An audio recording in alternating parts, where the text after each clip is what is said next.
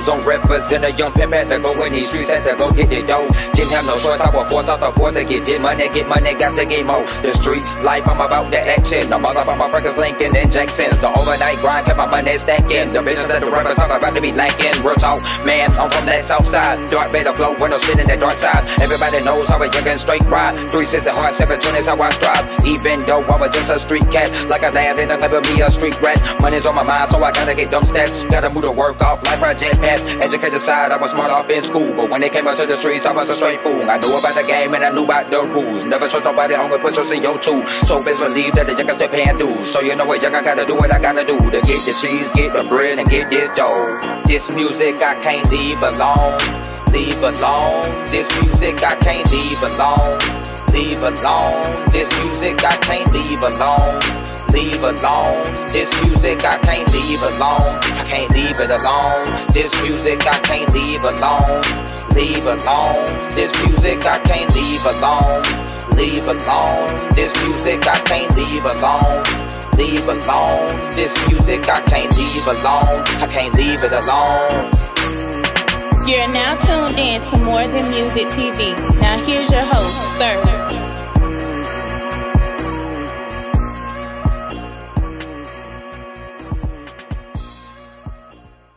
My name is David Tripp III, and I'm here this evening with a very special guest, someone that is definitely important to the success of any artist in their music career. I'm here with attorney Eriza. Eriza, how you doing this evening? I'm doing all right. Also, EJ.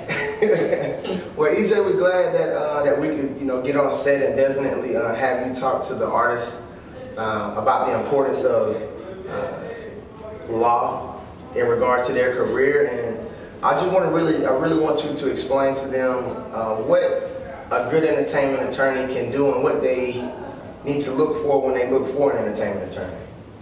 Well, one of the main things I try to explain to clients is how important it is to have an attorney from the beginning of your career. You're going to be dealing with people, creating all different types of relationships, from your manager, to working with other artists, working in the studio, writing music, working with producers, and each one of these things are going to have a relationship. And so when you're dealing with these people, you might want to have someone that's going to define what these things are going to be like, meaning on paper. So no one has a misunderstanding of what is the relationship. It's going to be defined in black and white. The attorney's going to explain to you what copyrights are, because that's a big important part of music, is your copyrights, and music publishing, how your music makes money. An attorney that knows this like the back of their hand is somebody you want to be working with. You don't want to work with an attorney who is general practice, meaning they do everything but don't specialize in one thing, because entertainment is very intricate. It can get very complicated, so you want to make sure you're working with somebody you feel comfortable with. Okay. You know? And I also think that when we start talking about entertainment attorneys, I think that when an artist gets to that point in their career where they need an entertainment attorney, I think that it's imperative that an artist find the right entertainment attorney, because an entertainment attorney can make or break. Can you expound on that a little bit for us? Most definitely.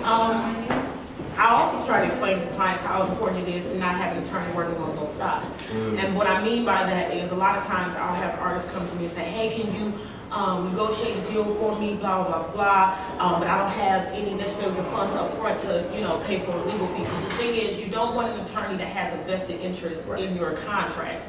You want them to be looking out for your best interest. Not all money is good money. So you don't want to have an artist signing a contract that doesn't necessarily make sense for their long-term career. So to ensure that, you want to know who the attorney has worked with, whether or not they've worked on the other side, and again, someone that's going to look out, again, for your interests and not for their own when it comes to, trying to get paid. Right.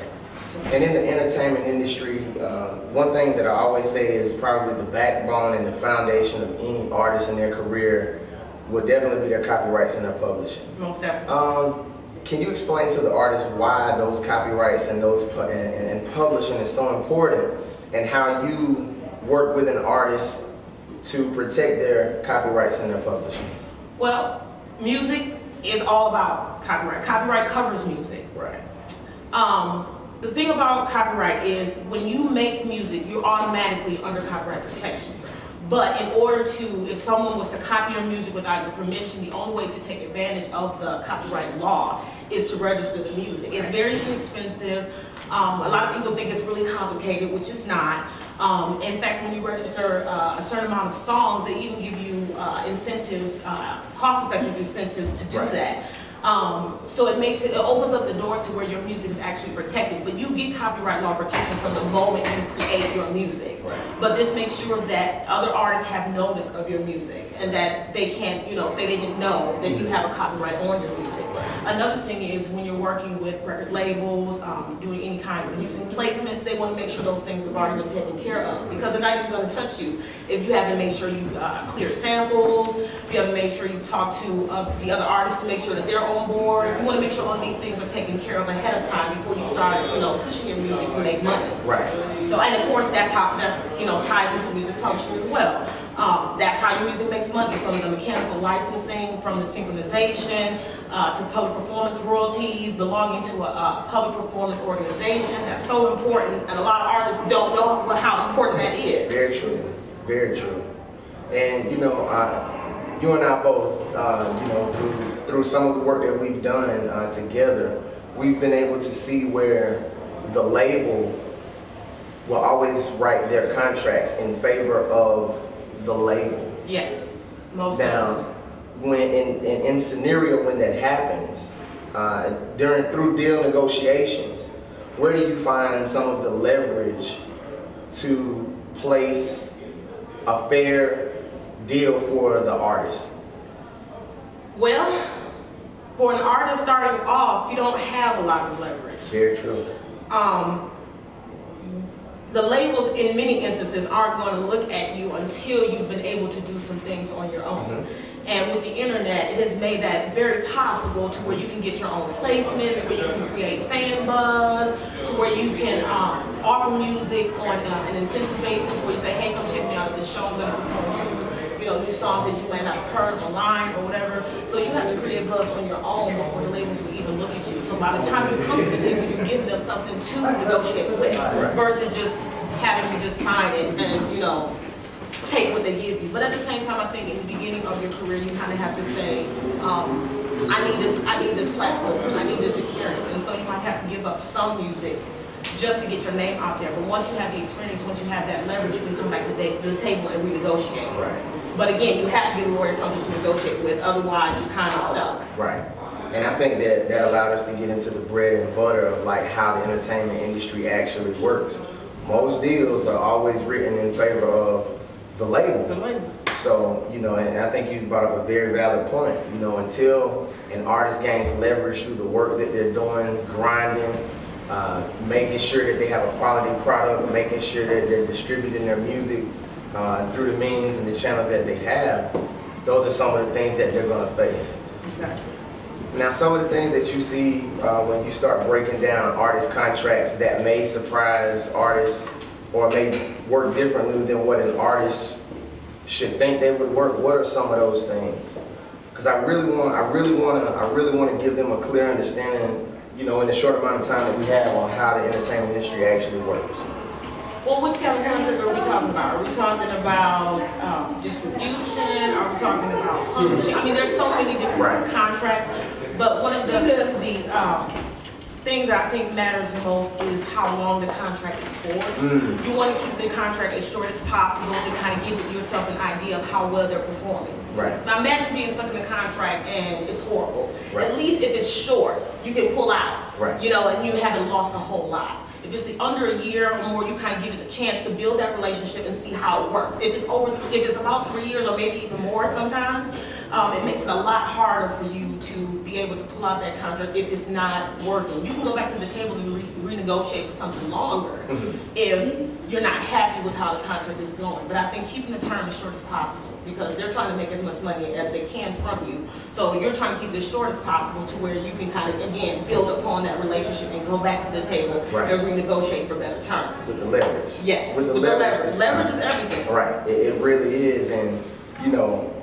at the foundation of everything that we discussed, I definitely think that it's important to choose the right attorney and make sure that you have somebody that you can trust. I think that that's something that is very, very hard to find in the entertainment industry, and especially with your lawyer. Again, I said it in the beginning, I'll say it again. I really feel that, you know, you have to build your team with the right people, and your entertainment attorney is vital to the success of your career, because they have to watch your 20 out here when you're making moves and you're embarking upon your success. Yes. So you definitely need someone in your corner, a great attorney. Yes. We're here with EJ.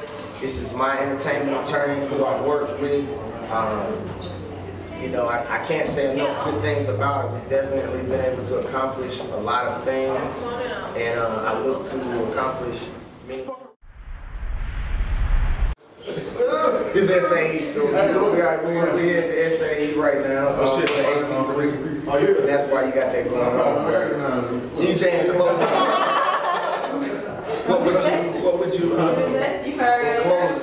In closing, what would you say would be one of the most important things an artist needs to understand with an entertainment attorney? Well, entertainment attorneys, we grind just as hard as you guys do. I respect music because I love it so much. Right. And so that's why I work so hard for my education and everything else, to make sure to put myself in a position to be able to help artists. Right. But I need artists to understand that they have to help themselves as well. Absolutely. So we work as a team. So you do your part, I do my part, we come together and we can make some things happen. Right. You know, so I just kind of want them to understand that the grind is real on both sides. It's not just them grinding. I'm, you know, working just as hard, making sure that, again, I'm understanding what these copyrights mean, what these contracts mean, and making sure that they make sense long term. A lot of times artists are concerned about short term, but they're never concerned about what happens long term. And so you don't want to just sign anything just to sign it. But sometimes, again, you have to be, again, building leverage. Right. Building leverage, and again, we're all coming to the table and understanding that you're building a team.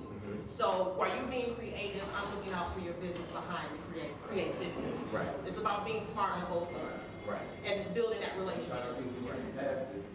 Well, absolutely. EJ, we want to thank you for coming out this evening, dropping jewels to all of the artists. Again, it's David Tripp with More Than Music TV, here with Eriza attorney. Need a good attorney, entertainment attorney.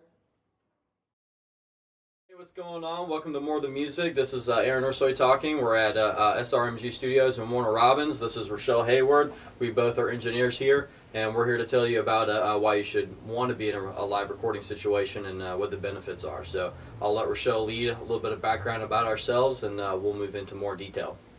Well, as Aaron stated, my name is Rochelle. I'm currently a student at Full Sail University in the music production program. And currently here locally, I do the engineering for mainly hip-hop artists as it is right now. Still a rookie, so to speak, but I'm learning a lot so far from what I've been experiencing. And I'll give it over to Aaron. Awesome. So yeah, my name's Aaron. I've been in recording and mixing music for about 10 years now. I've been in and out of professional recording studios for the same length. I've been associated with Grammy-winning acts such as Ben Allen with Gnarls Barkley. I have my name on a couple rather large records, at least in my opinion. And I'm down here to basically just lend a hand. I guess you can consider me a lead engineer, but I just consider myself the lead engineer. Basically, I make everything sound better. That's my job. So that's what I'm here to do. So. Oh, I guess I'm also a Full Sail grad, huh? Guess I want to throw that in there. So I'm also a Full Sail grad of 2006. Shout out to those who graduated May of 2006, and yeah, I'm proud of that. And yeah, that's about it. That's me. I'm 5'11" and a half. I weigh 100 pounds. All right, well, introductions aside, really we're going to get down to business as far as what we want to talk about, and that is why should you, the artist, want to come to a professional recording environment and sit with one of us and work in a recording environment when there's such a plethora of equipment out there that you can actually get a hold of and record in your own house. So, yes, the revolution's here, music revolution. Back in the 50s and the 60s, you know, artists could only dream of having the power that you have with your computer, with an interface, and with some microphones. However, With that said, there are so many other factors involved to mixing rather than just laying your tracks down. Mixing and editing is an art form, for one, and two, it's all about physics. You're talking about 120 degrees or however many, how wide you want to put it, you know, and hearing space, we're taking this amount of mass, of physical sonic space, and we're having to cram it to what we hear as humans, and we only have a 20 hertz to 20 kilohertz range of motion of hearing, of what we can determine as audible. And so you, the artist, are sitting at home going and scratching your head, why can't I get my mixes to sound like a professional recording environment? And that's because we have the training, we have the know-how. For the most part, it really comes down to tracking, it comes down to performance, it comes down to production and that multitude of items. And given that you being the artist, you want to focus on the artistic point, so that makes logic. Logical statement in my term is that you should want to focus on the art form of the performance of what your art wants to be at the end of the project. Let us be the tools that get you to that point.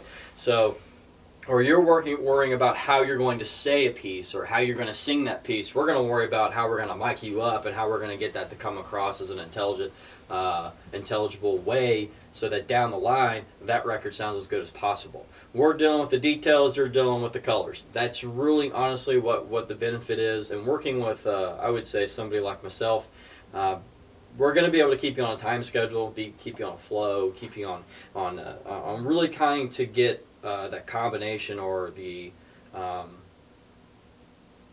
that interaction between artists is important. So think about it. Me and you, we're going to have a lot more charisma than just you by yourself.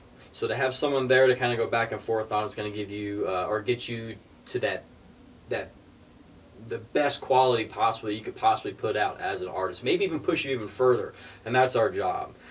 So, not deterring anybody from going out and recording their own music, but there is a huge difference. There's a lot going on, and definitely trust the professionals that do it. So, I think one aspect of the home studio producer or engineers or what have you versus going to a professional is the financial aspect of it. Sure.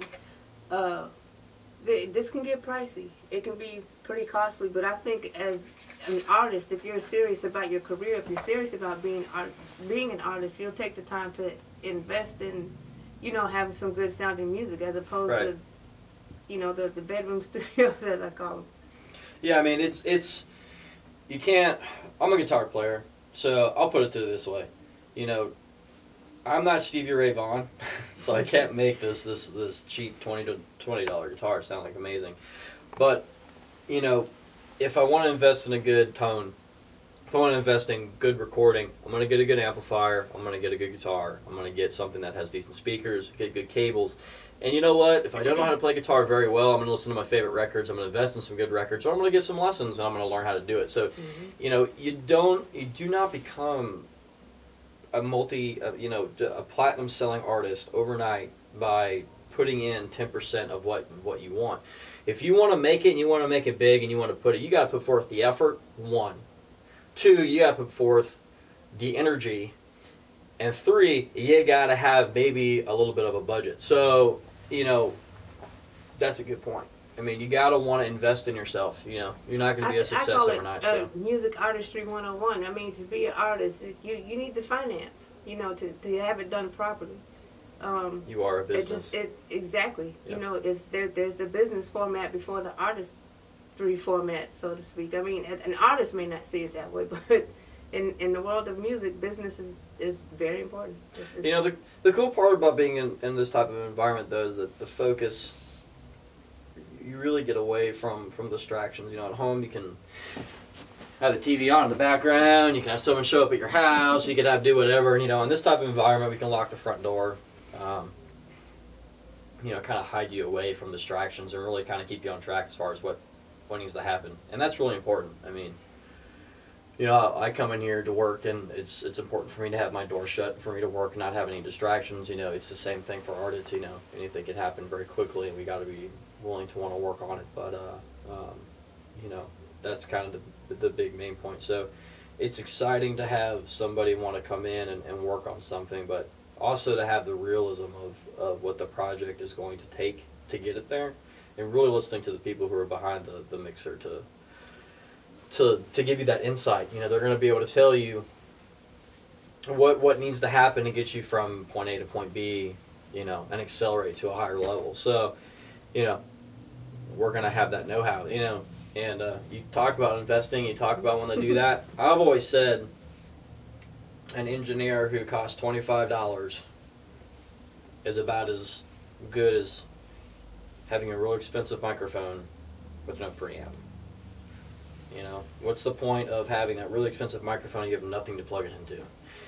So, or vice versa, having a really fast car with a, you know, a Honda Civic engine in it. You know, what's the point of having that car if you don't have, so, you know, what's the point of giving your music, your art, your effort, you know, to somebody who has 20, you know, is going to charge you $20, $25 and give you maybe, you know, a third of the level or a quarter of the level that I can give you in twice the speed, 3 times the speed because of the experience level. So always consider that, because efficiency is a big deal when it comes into a studio setting. So.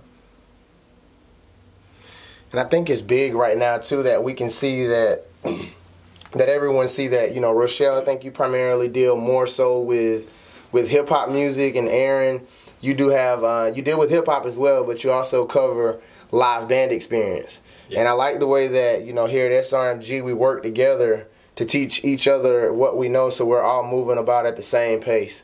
You know, we move as a unit. And I think that that's big also, because once you come into a studio environment, you're able to plug into those people that work in that environment and also into their network. Because a lot of times sitting at home recording, you're not able to plug into anyone else's network or be able to get out and get your music out amongst the people per se, maybe in the way that you would if you were to plug in with the people that do this on a daily basis. Right. You know, here we have, you know, myself, I have a music business degree.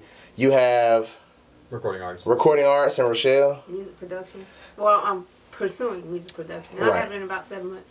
So in about 7 months, you're looking at 3 degrees right there. Within one environment. Within one environment, to where, you know, we look forward to working with artists and producers to help them develop their craft. That's our job. I mean, more importantly, you know, along with the degrees, you know, it's real world experience sitting in this room. You know, it's not, it's not, you know, there's one thing to have a degree and go to school, you know, and fresh out and do all that stuff. And there's another just being already in the situation of having to hit the record button and do it. I mean, it's, you know, looking up to people like Chris Lord-Alge or, you know, Tom Dowd, whoever your favorite engineer or whoever your favorite producer, record label owner. I love Bruce Woody. Right. You know, it's just, it's one of those things where, you know, any major studio, any major producer is going to tell you, I don't care what school you've been to, whether you've been to the highest level school you've been to, it's all about your experience level. And if you don't have the experience level, you're not going to get anywhere. So you have to be able to allow yourself to be in a situation where there's people who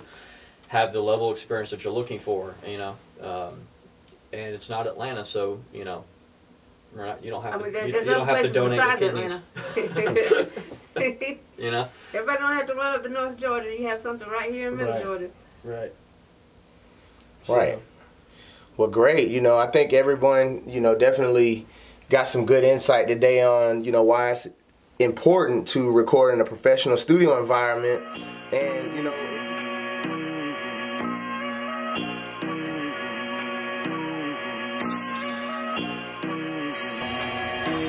going in live, man. Check me out, man.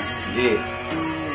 Woes on represent a young pimp had to go in these streets, had to go get the dough. Didn't have no choice, I was forced out the force to get money, got to get more. The street life, I'm about the action. Among about my Frankers, Lincoln, and Jacksons. The overnight grind, kept my money stacking. The business that the rappers talk about, they be lacking. Real talk, man, I'm from that south side. Dark Vader flow when I'm spinning that dark side. Everybody knows how a young and straight ride. 360 hard, 720 is how I strive. Even though I was just a street cat, like a lad, then I never be a street rat. Money's on my mind, so I gotta get them stats. Gotta move to work off, life project.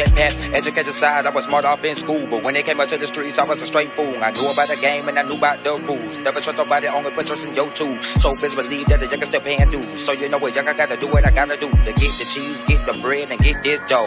This street life I can't leave alone. Leave alone. This street life I can't leave alone. Leave alone. This street life I can't leave alone. leave alone. This street life I can't leave alone. I can't leave it alone. This street life I can't leave alone. Leave alone. This street life I can't leave alone. Leave alone. This street life I can't leave alone. Leave alone. This street life I can't leave alone. I can't leave it alone. And I'm right back at it all the times, you know that I gotta have it like Bug Bunny. Y'all way need to carry purple, need me, cause I sound like I'm a parent, cause it's my joy, yes I admit I'm an addict with the pen and pad, know that I make magic. Electrical charge, man, I'm filled up, study my destination, close, all I gotta do is grab it, now I'm in my zone. Yes, I'm in my zone, younger in these streets, I got the hustle on. Keep my hustle strong. If it ain't about the money, then don't call my phone. Really leave me alone. Invest in myself, so I put myself on. Yes, I put myself on. In due time, everything will come along. Just remember, stay humble and prayed up. All the nights and the days that I stayed up. Sacrifice after sacrifice I made, bruh. My hard work will eventually get paid for. So now it is back to reality. The youngin' hustling to make salary. I do this all for my family. Why the street life I can't leave alone. Leave alone. This street life I can't leave alone. Leave alone. This street life I can't leave alone. Leave alone. This street life I can't leave alone. I can't leave it alone. This street life I can't leave alone. Leave alone. This street life I can't leave alone. Leave alone. This street life I can't leave alone. Leave alone. This street life I can't leave alone. I can't leave it alone. Yeah, buddy. This is what Jose Pueblo, man, tuning in live on More Than Music TV. The album My Life Part 1 is coming into the city near you. Salute to the folks every day, man. Brother